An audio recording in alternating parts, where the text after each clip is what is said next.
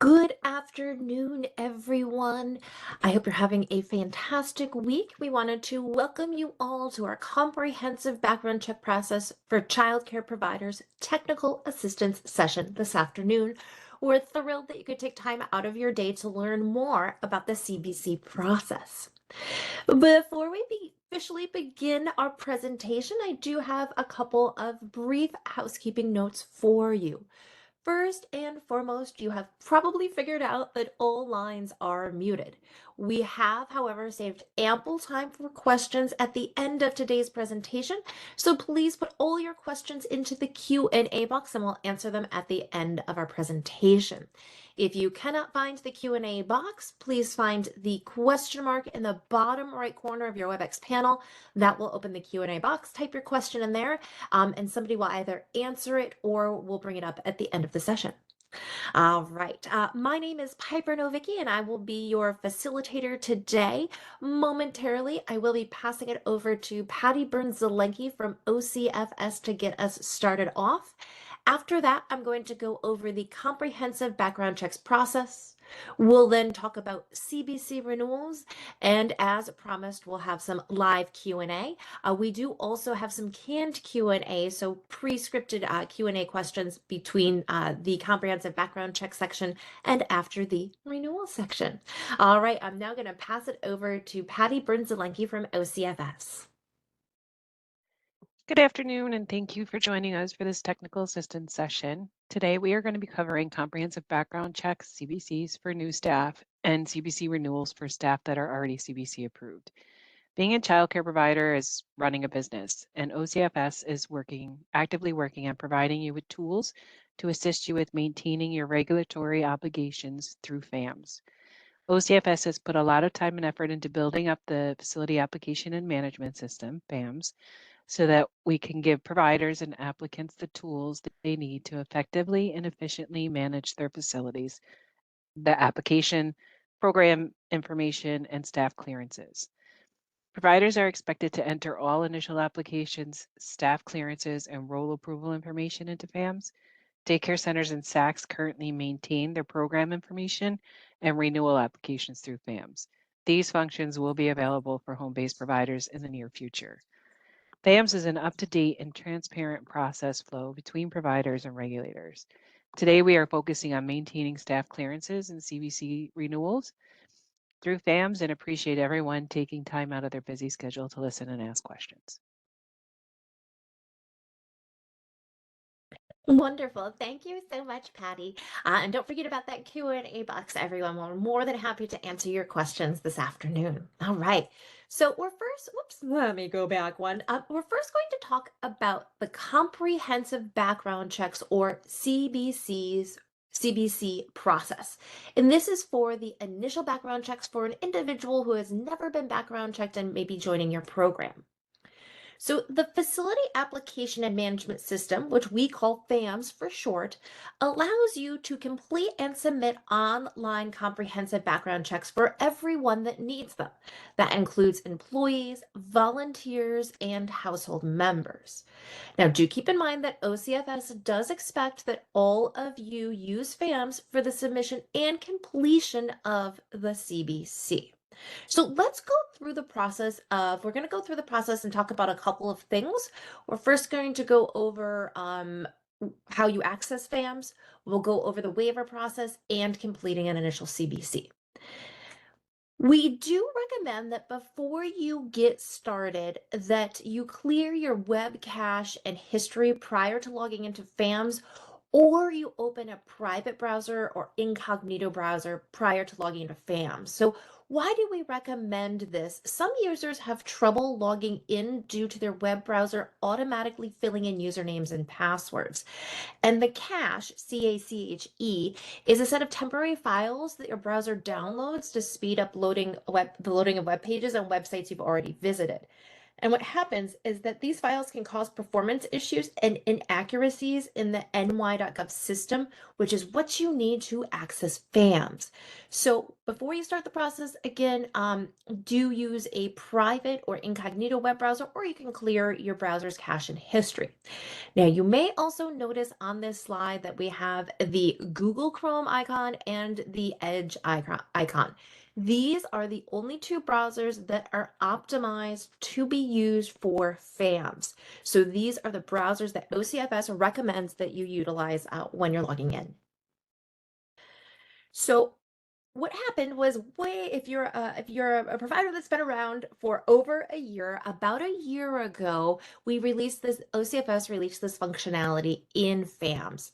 And what happened way back a year ago was every childcare provider received an email with a specific link to them, which would allow you to log in to FAMS, which would allow you to log in and access FAMS.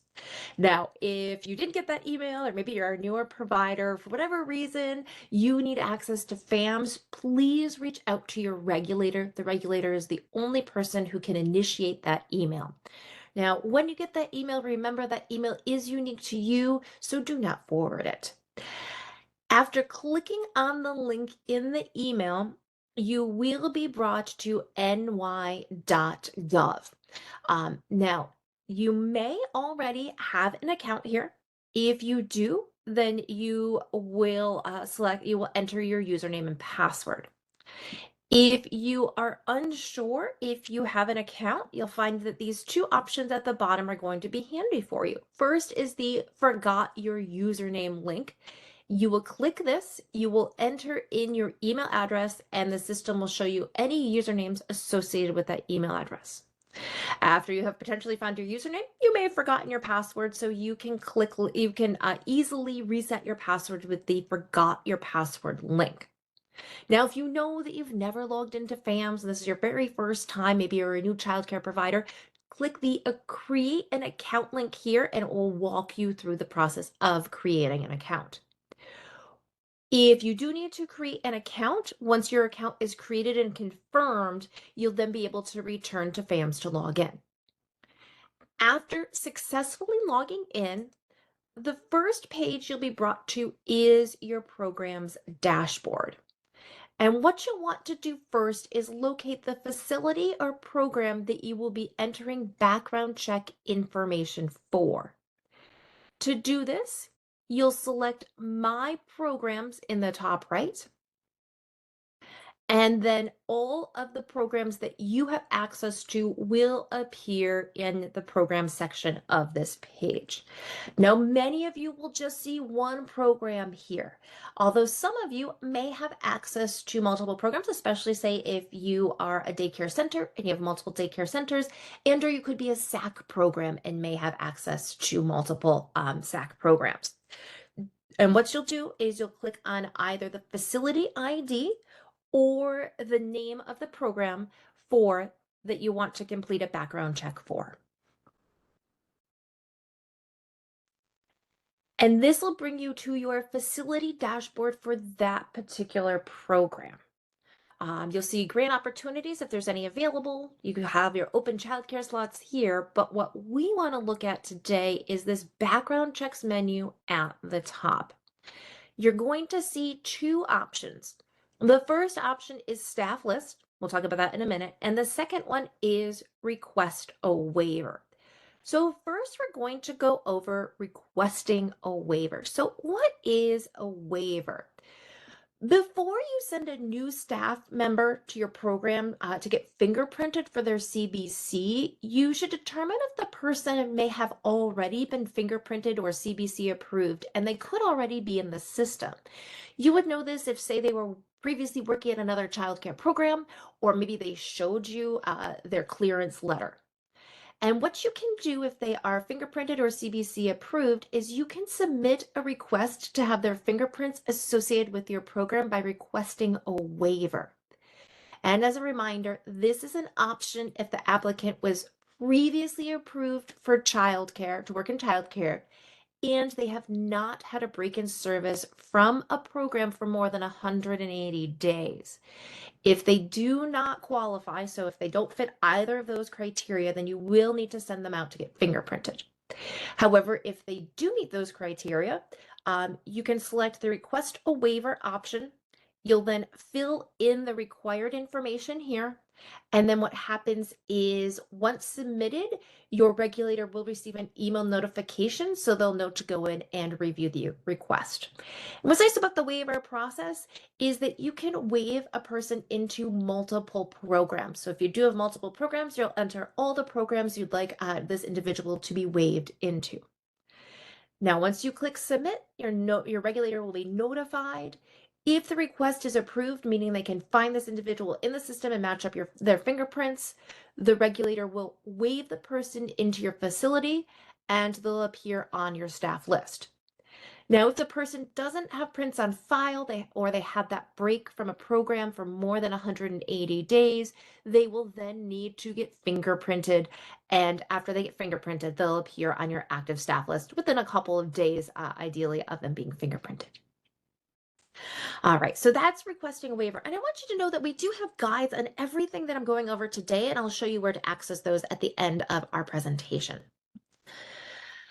So now let's take another instance. Let's say you have a new individual who wants to enter childcare, right? We have a bunch of individuals that have just graduated from college. Congratulations to all of them. And maybe one of them has decided that they would like to work your facility. This individual has never worked in childcare before, so they've never been fingerprinted for childcare, and so they will need to go through the CBC process. So we're going to take a look at the staff list, and then we'll go over entering CBC information. So to view your staff list, you'll go to the handy background checks menu. You'll select this time staff list, and this will bring you to your staff list. What this does is it shows you all the individuals in your program that are active in your program. Now, on-site providers, assistants, substitutes, adult household members over 18, employees, and volunteers do require a comprehensive background check. And the process for this is first, the individual needs to go get fingerprinted. They'll need to make an appointment at Identigo and go get fingerprinted. They'll appear on your staff list within a couple of days, and then you can enter the 6,000 packet in FAMS. So what does your staff list look like? So this is going to be populated with active fingerprinted staff and those who have been waived into your facility. What's so nice about the staff list is that it gives you immediate insight into the status of all of your staff CBCs and where they are in the process. You have some options at the top here for filtering by role or clearance. You can also filter by name. You also have the ability to show inactive staff. So those that are no longer a part of your program, you'll simply deselect the checkbox that says show active staff only. Our list below will show the staff name, their role or roles. They might have one role or multiple roles, their date of birth, their status, their clearance status, current days remaining. We're going to talk about this in a couple of minutes when we get to renewals, but just keep that column in the back of your mind. You'll see the date they were fingerprinted, renewal status, renewal clearance status. You can view outstanding CBC requirements, view any letters they have received, and you can also add or remove roles. So active staff, maybe there is somebody at your program that is leaving your program. They are going to a different childcare facility. Maybe they live in Albany and they're moving to another county, and so they've decided to work at a different facility. If you would like to remove an individual from your active list, what you'll do is you'll come to this Add Remove Roles column and you'll select Remove. So we're going to take Maria here, and maybe Maria has decided to go to a different childcare program. You'd click the Remove option. And what this will do is it will bring you to the role maintenance and to the request for fingerprints and role maintenance tab within FAMS.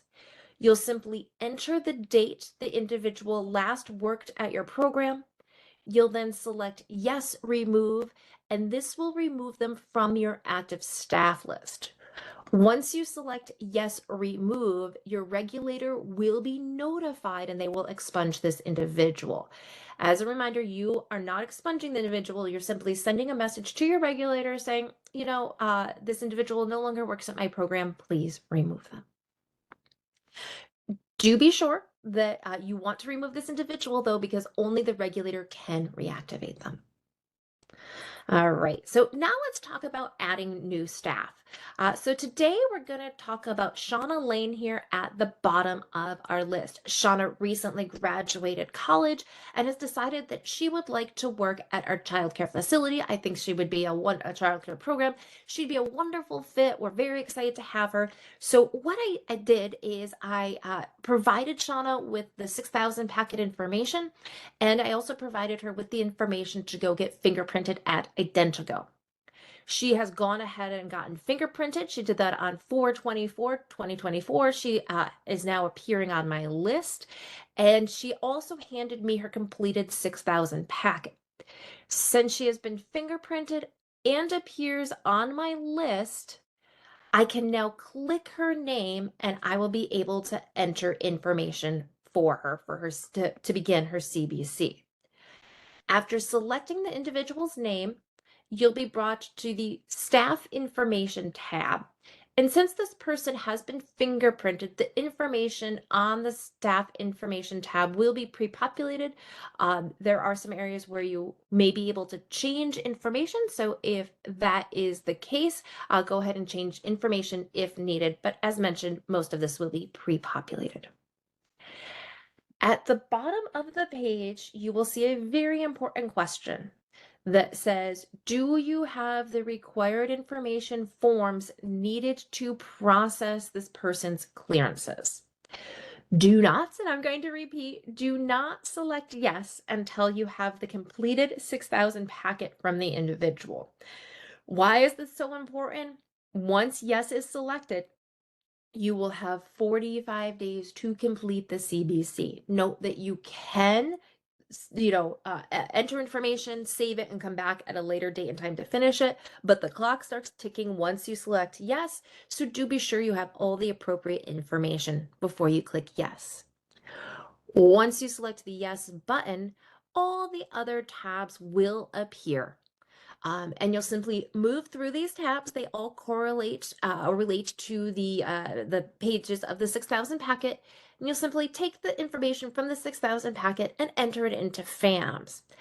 As you move through the process, a couple of things to keep in mind. Anything with a red star or asterisk is required. And don't forget to select save on each page. You will be able to save and come back. You could also, there's a back button here to move backwards, and you can also go forwards.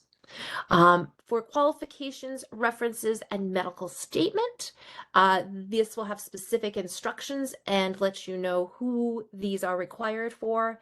And note that for the SCR database check, this will link you to the SCR database check where you may be asked to enter in your ny.gov credentials again, and then you'll be able to enter the information there.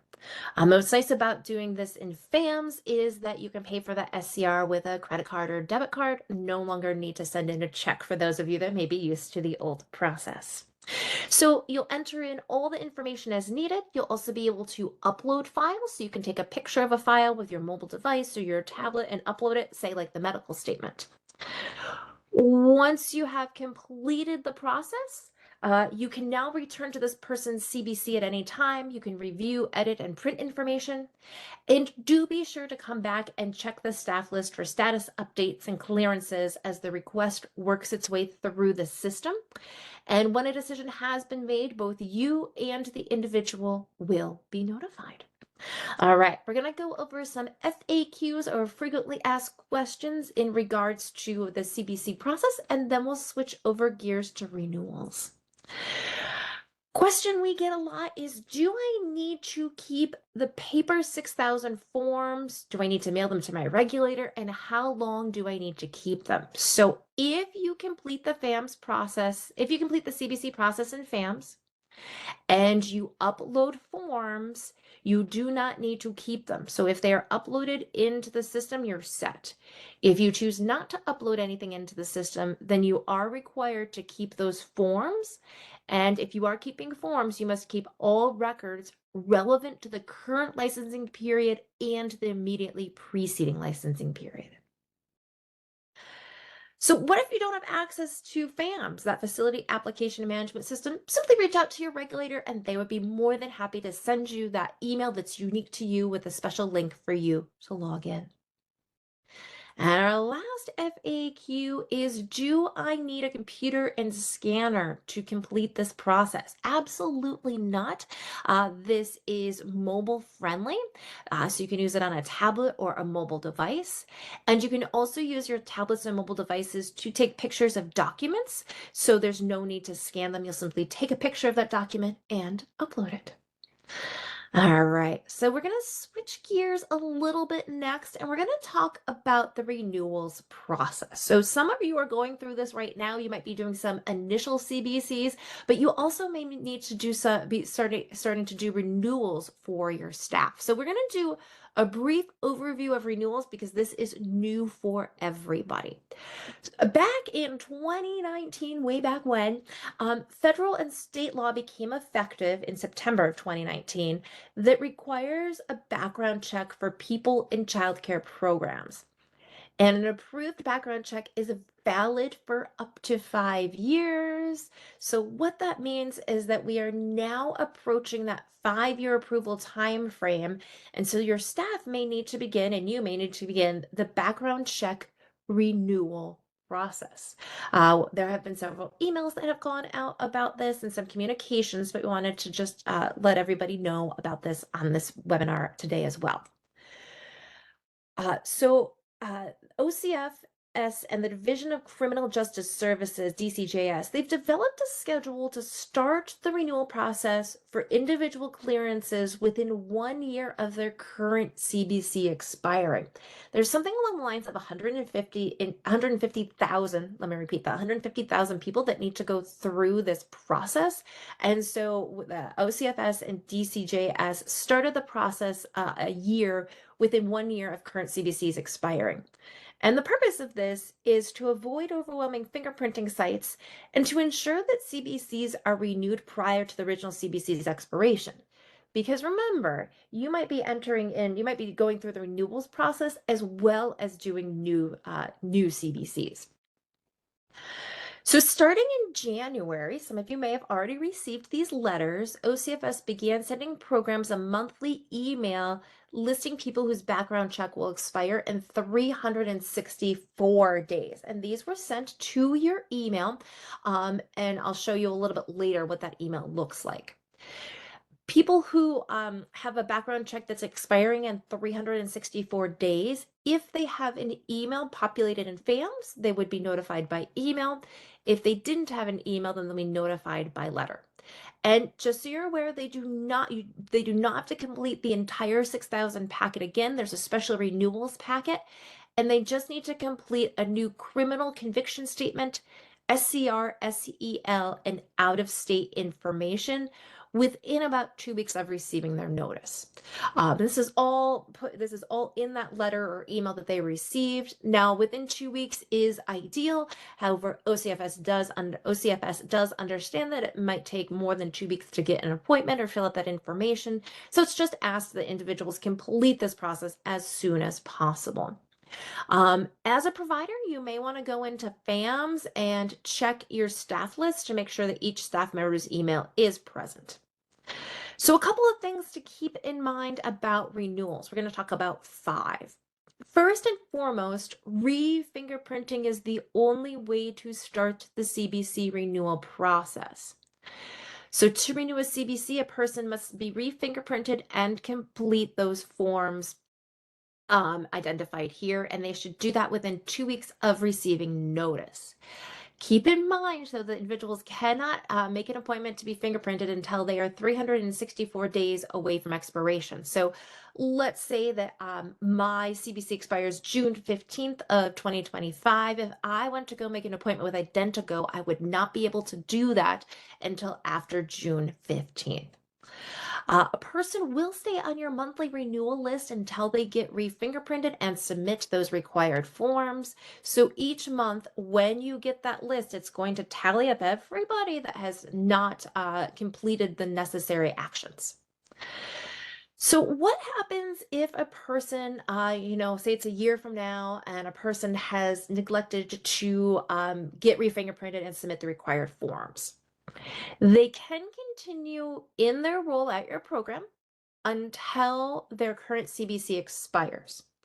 However, if they fail to renew their CBC, their current approval does expire at that 5-year mark, meaning they can no longer continue in their current role. And as you all know, this could impact your program's regulatory compliance.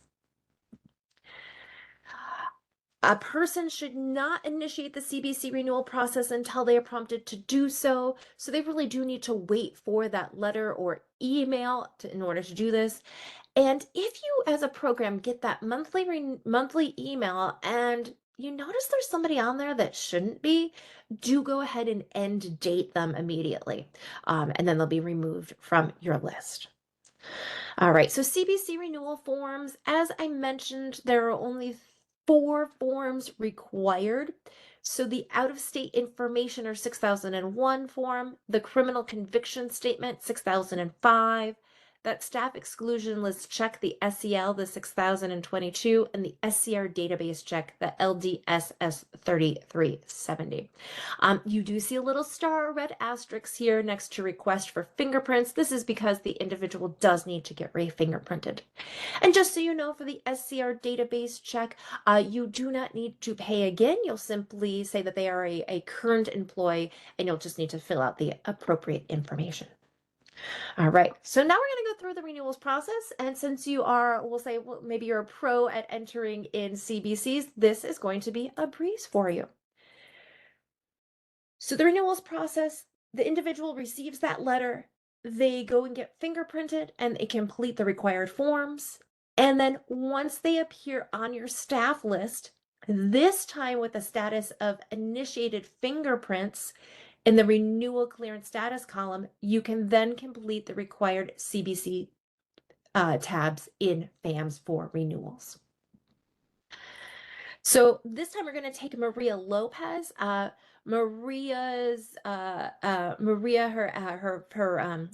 CBC was set to expire in, say, January of 2025.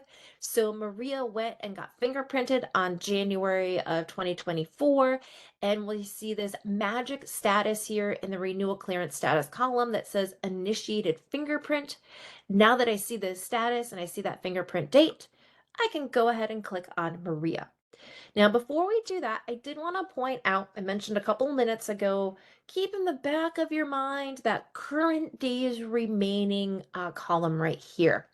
So any of these columns with arrows, you can sort in ascending or descending order. And what's nice about this is you can filter individuals by current days remaining, which will allow you to see which individuals in your program are coming up for renewal sooner rather than later. All right, so back to Maria Lopez here. We're going to select her name, and this will bring us to our tabs in FAMS. And now all I need to do is complete the out of state as needed. So has the individual lived out of state within the last 5 years or changed addresses or lived out of state within the last 5 years? They'll need to fill out that form and give it to you. Then they'll need the criminal conviction statement, SEL and SCR forms. You'll take that information just like with the initial CBCs and enter it in here. And as a reminder, you do not need to pay again for the SCR. You can enter them as a current employee. And what happens on this tab, I wanted to show this because sometimes people get confused, is what this one does is it connects you to the SCR database. So first you need to read these terms and conditions. Once you've done that, you will select this checkbox right here that says, I attest that I've reviewed the OCS terms and conditions. And then this will allow you to log into that SCR database and enter in the appropriate information. All right, and then just like with the initial with the initial CBCs, you'll be able to, we'll go back here, you'll be able to view outstanding requirements and see where this individual is in the renewal process. All right. See some great questions coming in, and we're going to get to those in just a few minutes. What determines the renewal date? This has been a very popular question. So what determines the renewal date? It's going to be the individual's original fingerprint date. So some people ask, is it the date that I completed their CBC? Is it the date that they were cleared? It's that original fingerprint date. And staff will receive their CBC renewal letter or email 364 days out from their expiration date. Can you complete the CBC? Can a program complete the CBC renewal in FAMS before the individual gets refingerprinted? We'll love that you're anxious to do this, but you cannot enter in that information until the individual gets refingerprinted.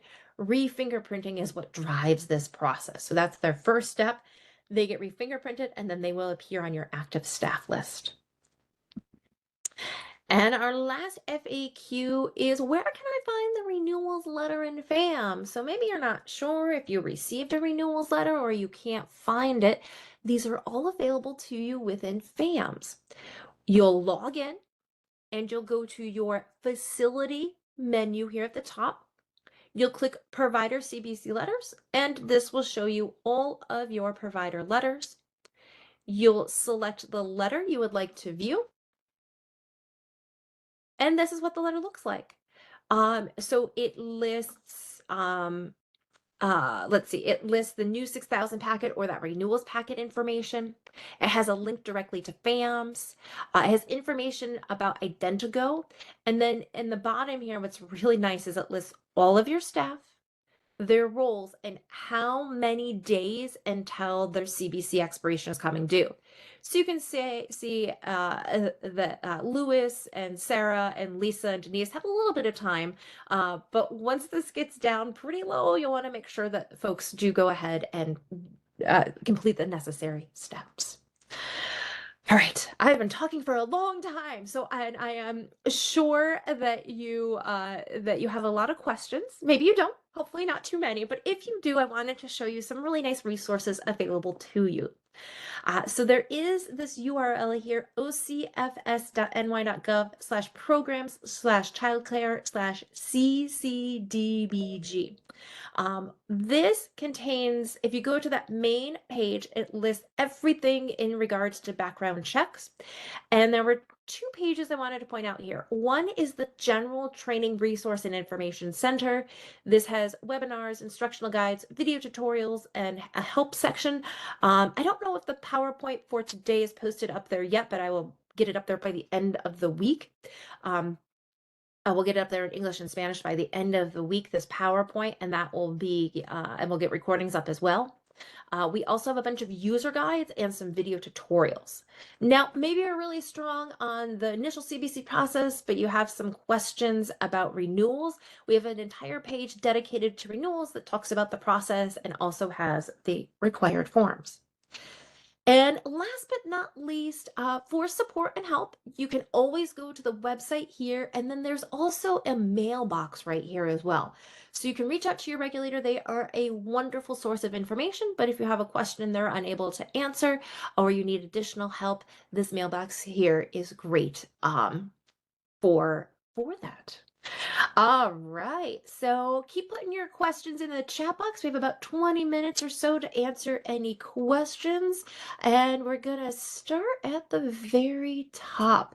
Will I get a copy of this PowerPoint? I don't believe that this exact PowerPoint is up yet, but we will post this one and this in Spanish, and we'll do we record all of our sessions, so we'll post either today's recording or the one we did earlier this month and the Spanish recording. All right, so first Q&A, Patty and Chrissy. Sarah asks, let's see, Sarah's first question is, I'm opening a new after-school program that's for school-aged, but is a single purpose program, animation lessons. Would we be using FAMS to do background checks, or is this only for childcare providers? It is only for licensed and registered childcare providers. Great, thank you. Sounds like a great program, Sarah. I'd like to take that one. Karen C asks, is it recommended for a childcare program to create a business profile under newyork.gov? Nope, we do recommend a personal account. And we do have a guide devoted to that on this page right here. But if you have to create a new FAMS account, excuse me, new ny.gov account, it must be personal. What else do we have? How far out will our staff receive their CBC renewal letter or email from their expiration date? I know that email is 364 days. Patty, what about the letters? Are they mailed on that day, or do you try and have it so that it will arrive at the staff's physical address by that date and time?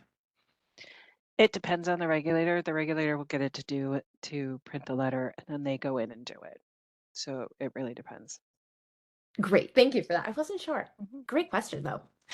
Janice asks, why do we have to get refingerprinted if they are on record already? So federal law does require it, as Patty put in here, and it's also for the National Sex Offenders Registry. And I do believe this is outlined on the main page or in the renewals page. All right. Peggy asks, we have staff that have not received an email or letter that are 285 days or less. Our regulator said to wait until the letter comes. And when do they get a letter from POP to start the renewal? Peggy's just sort of wondering what she should do, Patty. It could be a couple things. So if they are on your provider list, then you should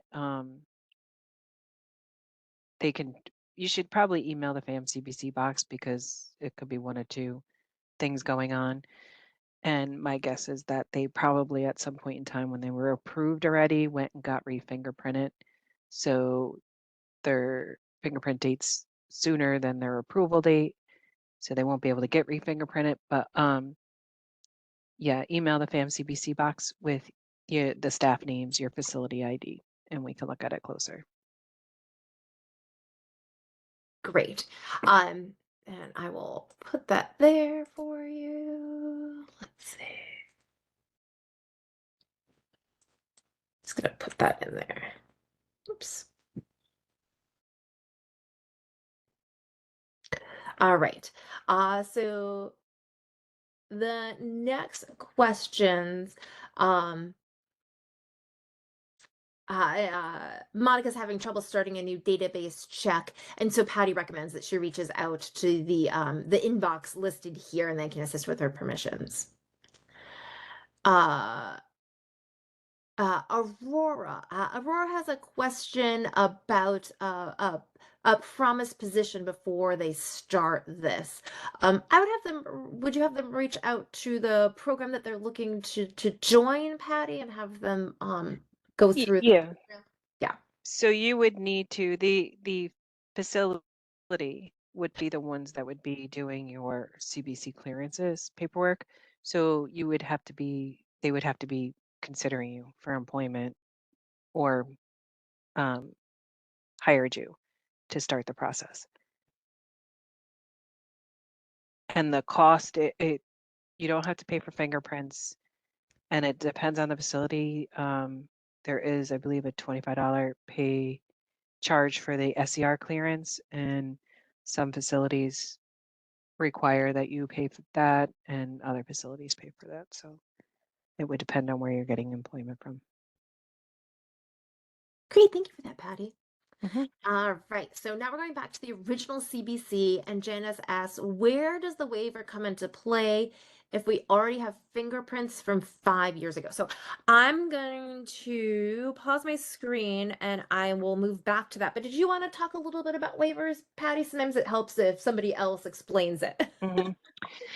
So the waiver so if you've had fingerprints within the last 5 years, well, if you've had fingerprints and there's been no break in service for over 180 days, so you should be CBC approved. But you would be able to waive those fingerprints as long as you're approved and there's been no break in service. If you left a program and you didn't do childcare at all for 7 months. Well, we call that a break in employment, and your fingerprints are not waivable at that point. So, but if you are, if your CBC approval has gone to incomplete expired, then you will need to be re-fingerprinted if it's been the break in 180 days or they're more than 5 years old. I don't know if that helped, but Patty, and I'm also going to put in the link to the training and resources page because we do, if memory serves me right, we do have a whole guide on requesting a waiver. So that might clear up some information too. Mhm. Wonderful. Great questions today. What other questions are out there? And while we're waiting for questions, Patty, was there anything that you wanted to bring up to this group this afternoon? No, I mean, one thing, so for the CBC renewals, there's been a couple little things with them, but if you've started your CBC renewal or you have staff that started their CBC renewal and you notice that the outstanding requirements haven't really moved, like if they, you know, I would reach out to the regulator, and it's been a while. I would reach out to the regulator to let them know. We've had an issue with the renewals, the regulators not knowing that somebody's started their CBC renewal process, and they really have to do a lot of that clearances in themselves. So so people are going to incomplete expired because the regulator didn't know that it was started. And so it would be a good idea, even if when you start a CBC renewal, just shooting them an email and saying, this staff started their CBC renewal so that they know to look out for the SCR and to do the SEL and the out-of-state stuff. So that's kind of the big thing right now.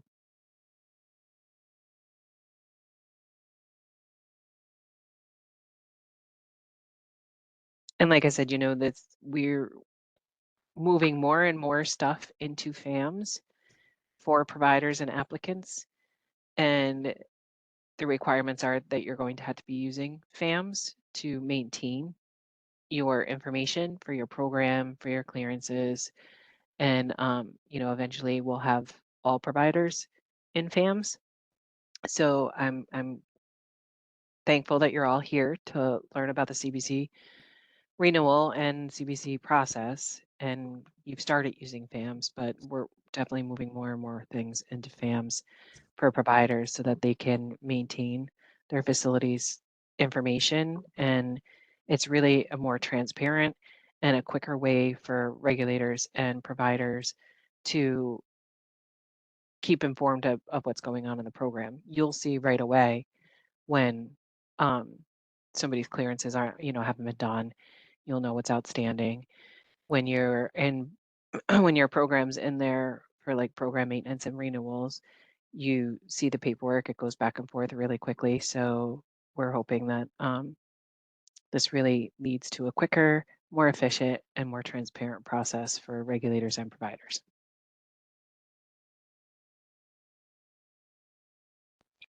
Great. Thank you, Patty. We did have another question come in.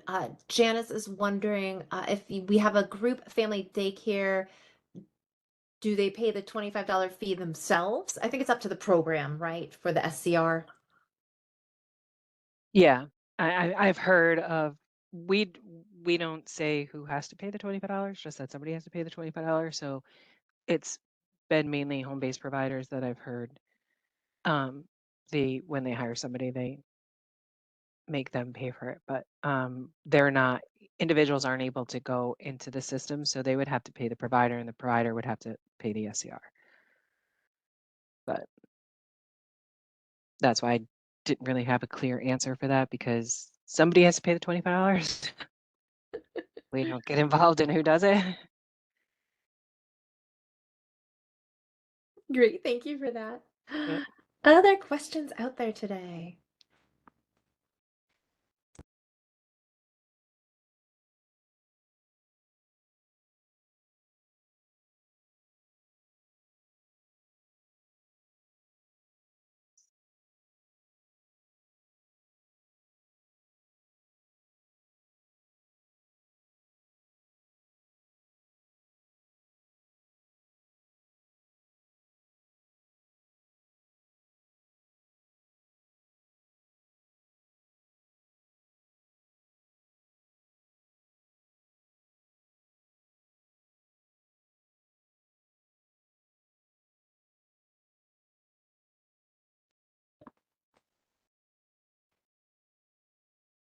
Oh, great, Aurora. Aurora just says, thank you. This was helpful. Great. Wonderful. We'll give it one more minute if there's any other questions out there. Don't forget about the resources available to you. We have this website right here, which will lead you to the main website. And from there, you can view training resources and information specific to renewals. And again, as Patty mentioned, there is a mailbox for questions and support as well. We're also offering these 3 of these sessions in June. So we'll have 2 in English and 1 in Spanish, and you can register for them on this site right here.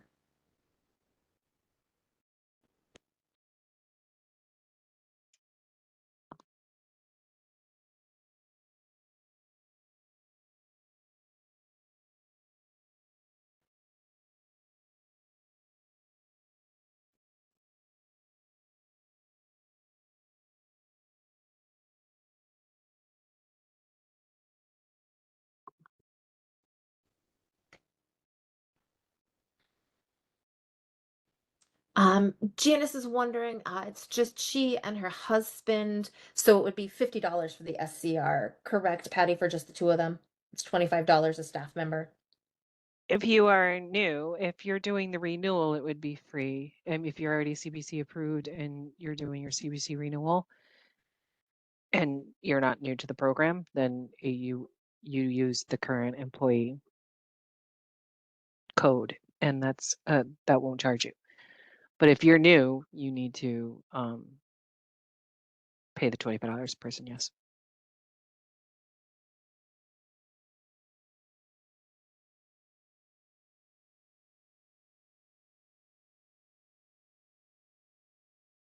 Yes, Janice. So it's your renewal, so no need to pay the $50 since it's a renewal. You've got it. All right, we'll give it one last minute for any outstanding questions. But to those of you that are dropping off, thanks so much for joining us today. We really appreciate you carving time out of your incredibly busy schedules for this important information. Peggy, what kind of trainings or updates? We will post either today's session or the one we did 2 weeks ago, and we'll post a Spanish session and we'll put these PowerPoint decks. But there is a lot of information on the website about CBCs in general as well as renewals. But if you have a specific request, let me know. The next training for this, let's see. Can't remember off the top of my head, so I'm gonna bring over our handy dandy page. I think it's June 5th. Yeah, that sounds about right. It's just on I there. know we skipped next week. So it's June 5th, we'll have an English session. June 12th, we'll have a Spanish session. That will be all in Spanish. And then June 17th. And we'll schedule more if we see lots of people attending these. We'll continue them as needed. So I will put this link right into the chat for you, Will. There we go. And then you can register for as many as you'd like to.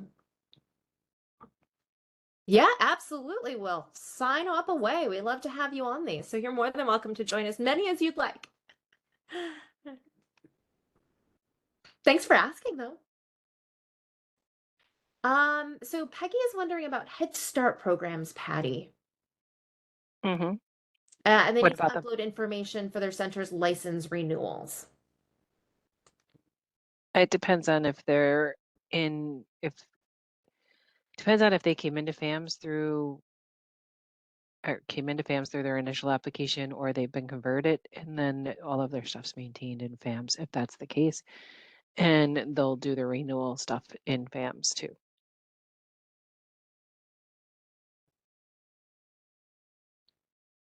If they regulator has not converted them yet, then it would be, you would get the paper booklet. But if you have been converted or you came in as an initial, you'll get a pop email with a link to the renewal application. If you maintain all of your information and all your program stuff up to date in FAMS through program maintenance, your renewals should be really quick.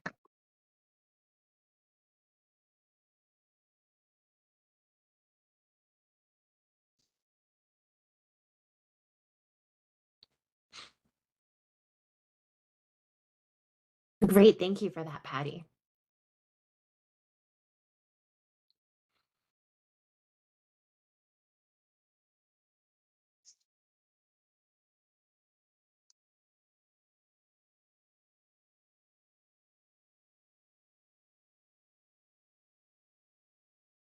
All right, last call for questions. And again, to those of you dropping off, thank you so much for joining us today.